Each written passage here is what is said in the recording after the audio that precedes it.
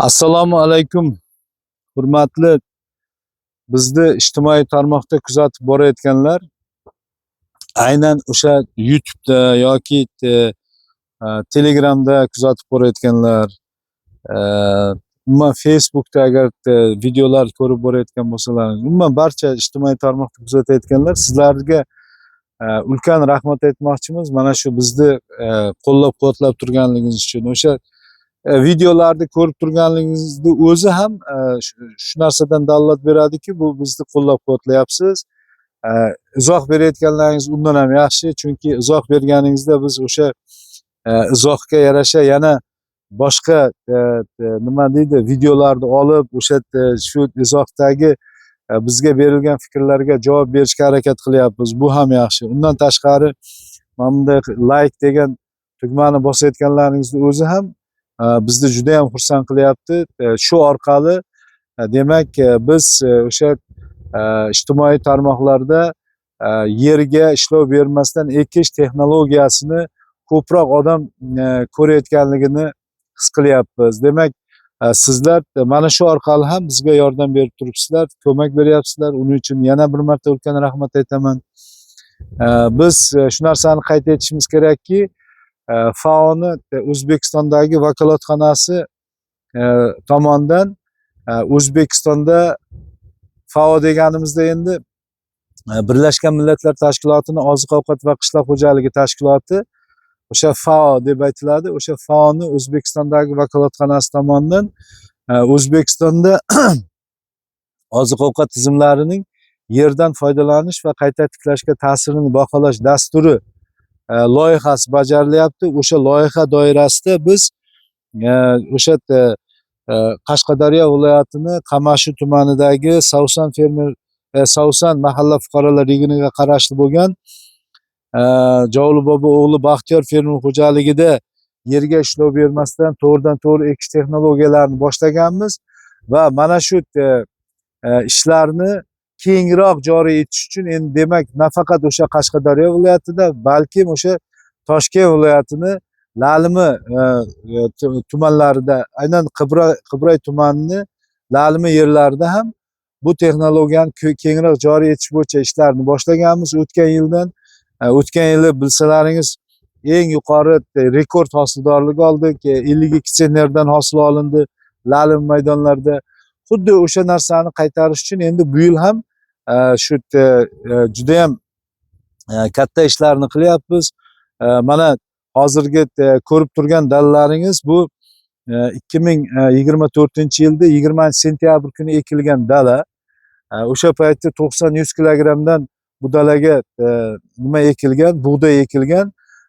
Bu bug'doyni qayraqtash navi ekilgan va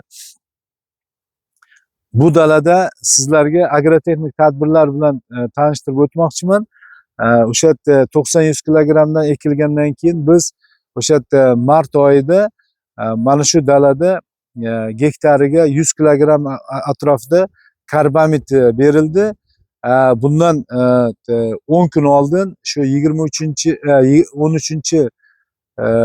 aprel kuni, bugun endi mana 24 aprel bo'ladigan bo'lsa, 13 aprel, demak 11 kun oldin xuddi mana shu dalaga suspenziya sepildi va suspenziyamizni tarkibi shunday edi. NPK 13-40-13 NPK'si berildi 2 kilogramdan gektariga.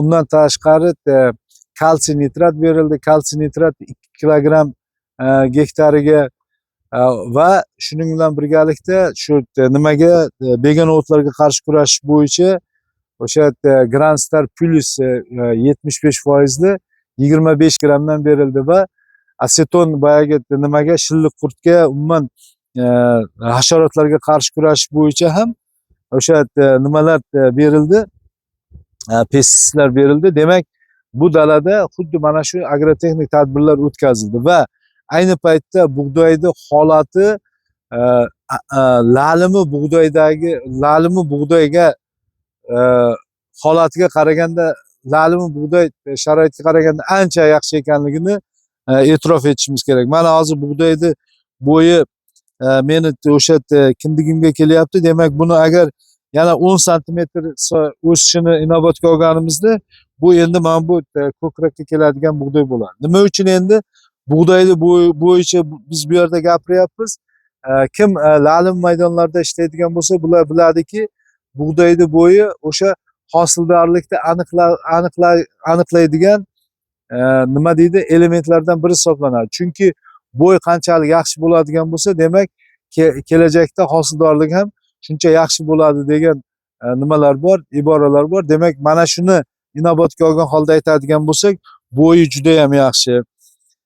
Undan tashqari umuman mana shu texnologiyani yerga ishlov bermasdan to'g'ridan to'g'ri ekish texnologiyasini afzalliklari to'g'risida gapirsak, bu texnologiya mana birinchi aytyapmizki, yerga ishlov berilmadi degan. Yerga ishlov berilmadi deganimiz shudgor qilinmadi, mola bosilmadi yoki barana qilinmadi. Demak, mana shunday eng ko'p shu salarga sarflanadigan dala ishlari bu yerda qilinmagan. Ana o'sha shu tomoni bilan. Demak, bu fermerlarimizga to'g'ridan to'g'ri xarajatlarni kamaytirishga yordam beryapti. Shuning bilan birgalikda bilamizki, la'lim maydonlarda bizda ko'proq nimani ekish me'yorimiz o'sha 130 kilogrammdan ekishadi. Bu yerda esa 90 kilo, 100 kilodan ekilyapmiz. Undan tashqari muddatida ekyapmiz. Demak, 20-sentyabrda ekilyapti bu. Aslida masalan la'limida ko'proq shu fermerlarimiz noyabrda boshi, noyabrda oxiridan boshlab ekadi. Nimaga? Chunki ko'p yog'ingarchilik yog'ilgandan keyin, undan keyin dalaga kirishga imkoniyat bo'ladi, shudgor qilishga imkoniyat bo'ladi. Undan keyin ekishlar boshlanadi. Shuning uchun ham bu yerda esa yer qattiq bo'lishiga qaramasdan shu selka o'sha qattiq yerlarga ekishga moslashganligi uchun ham bemalol 20-sentyabrda shu 5-6 santimetr chuqurlikda ekib ketilgan. Bu ham o'sha bizni yutuqlarimizdan bittasi. Endi yana bitta narsa, nimadan namlikdan samarali foydalanishimiz. Mana namlikni o'zidan samarali foydalanayotganimizda mana oddiygina ko'rsak bo'ladi. Mana oddiy, mana bu yerda tuprog'imizda namlik yaxshi ushlanib turibdi. Namlik yaxshi ushlangani o'simlikni o'sishi, rivojlanishiga ijobiy ta'sir ko'rsatadi. Bilasizki, o'sha o'simlikni tagida, umuman bug'doy tagida qanchalik namlik bo'ladigan bo'lsa, bu o'sha shunga qarab o'sishi, rivojlanishi yaxshi bo'ladi. Bu esa kelajakda bizga hosilni yaxshi bo'lishiga, hosildorligimiz yuqori bo'lishiga imkon yaratib beradi. Va yana bitta narsani aytishimiz kerak. Bu endi yillar davomida, misol uchun o'sha qurg'oqchilik bo'lgan yilda ham biz yuqori hosil olganmiz bundan. Shu gektaridan qo'shni fermerlar shu 3-4 sentnerdan hosil olganda, biz bunda gektaridan o'sha yerda 15 sentner hosil olingan yoki 1,5 tonna hosil olingan. Bu demak iqlimga moslashgan texnologiya deb aytsak bo'ladi. Va eng muhimi o'sha yerda yerni, tuproqni nimasini, degradatsiyasini to'xtatadi va tuproqni unumdorligini agar biz yillar davomida qiladigan bo'lsak, tuprog'imizni unumdorligini ham oshirib beradi va yillar davomida. Demak, undan tashqari mana bu yerda almashlab ekish tizimi joriy etilyapti. Bu yerda oldingi yili nima bo'lgan? No'xat bo'lgan. No'xatni joyiga ekilyapti. Bilasizlar, no'xat yaxshi hali o'tmishdosh ekin hisoblanadi.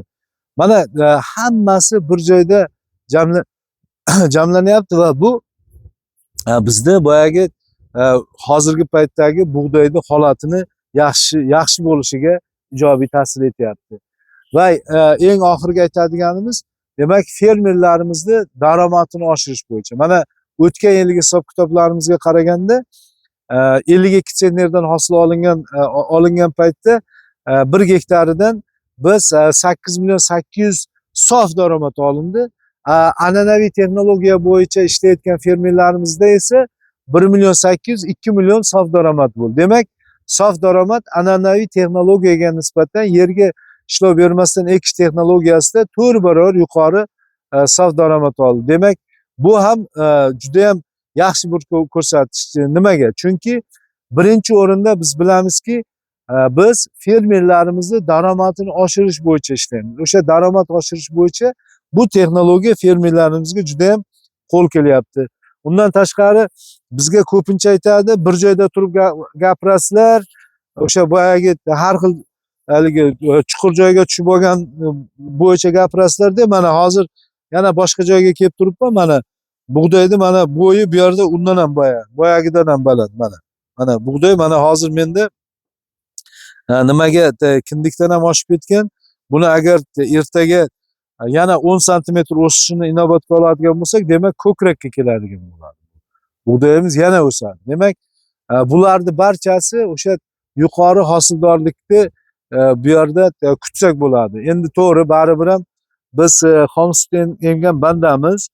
Shu hammasi yaratganga bog'liq. Shu bizni yaratgan agar qo'llab-quvvatlab turadigan bo'lsa, yuqori hosil olishimiz garovini bizdan faqat sendan harakat degandek, biz faqat o'sha harakat qilyapmiz. O'sha harakatimizni yaratgan to'g'ri qo'llab-quvvatlab turadigan bo'lsa, demak biz o'sha harakatimiz bo'yicha yuqori hosil olamiz. Endi umuman shu tuproqdagi umumiy holatni qarasak yaxshi, bug'doyni o'zini holati yaxshi. Mana umuman qarasak bug'doy rangi yaxshi. Bu yerda kasalliklar yo'q hozir. Kasallik. Umuman hozir juda ham ko'p bizlarga nimalar aytyapti, fermerlarimiz aytyapti. Nimalar bor deb xasva yig'ilib kelyapti, boshqa o'sha xasva chiqib kelyapti, lekin bu yerda mana hozir men xasva bo'yicha umuman hech narsa ko'rmayapman. Bitta ikkita shilliq qurtni nimalari ko'rindi, lekin shilliq qurtga bu yerda hasharotlarga qarshi nima berilgan, pestitsidlar qo'llanilgan. Shuning uchun bu yerda hozir shilliq qurtni ham nimalari to'xtagan. O'sha salbiy ta'sir to'xtagan. Mana Jamshid umumiy maydonimiz xuddi mana shu yer 70 gektar. Bu yog'i nariyoqqa qarab ketadi, bu yog'i bu tomonga qarab ketadi. Mana 70 gektar maydonda qilinayotgan ish. 70 gektarda xuddi barcha dalamizda xuddi mana shunday bug'doyni ko'rsak bo'ladi. Mana butun barchasi. Jamshid shu tomonlar ko'rilsin-da, mana. Butun katta maydon ko'rilsin, mana barcha. O'sha bug'doyimizni qayroqtash navi ekilgan bu yerda. Mana umumiy bir ko'ringizlar, o'sha mana bu yerda haqiqatan barcha joyda bug'doy bir xil turibdi mana. Mana hozirgi meni turgan joyim ham mana bu ham boshqa. Endi boyagi boshqa edi, bu boshqa. Bu ham xuddi shunday. Mana bo'y juda ham yaxshi bu yerda. Begona o'tlar to'g'ri bor, ikkita begona o'tlar. Endi begona o'tlarga qarshi Grandstar Plus 75% sepilgan. Bu mana bu begona o'tlarimiz sal o'sib qolgan ekan, shuning uchun buni ta'siri bo'lmagan, lekin pastdagi begona o'tlarga qarasak, ularga ta'sir qildi mana. Ularga ta'sir qilgan, demak, begona o'tlarimizda ta'siri bor bu yerda. Lekin kattaroq begona o'tlarga u ta'sir qilmagan, mayli. Endi bular endi juda ham ko'p emas. Masalan, bitta ikkita joylarda ko'rinib turibdi, lekin umumiy ahvolda bular ertaga bilinmay ham ketadi. Chunki bug'doy bularni o'sishi, rivojlanishiga o'zi ham salbiy ta'sir ko'rsatadi va begona o'tlarni siqib tashlaydi. Jamshid shunday bir qator bo'lib olinsin mana nimadan. Jamshid mana shunday, mana bunday qilib.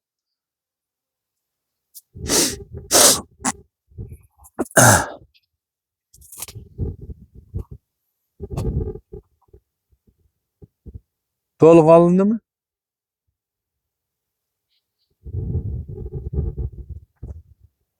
Bo'ldimi?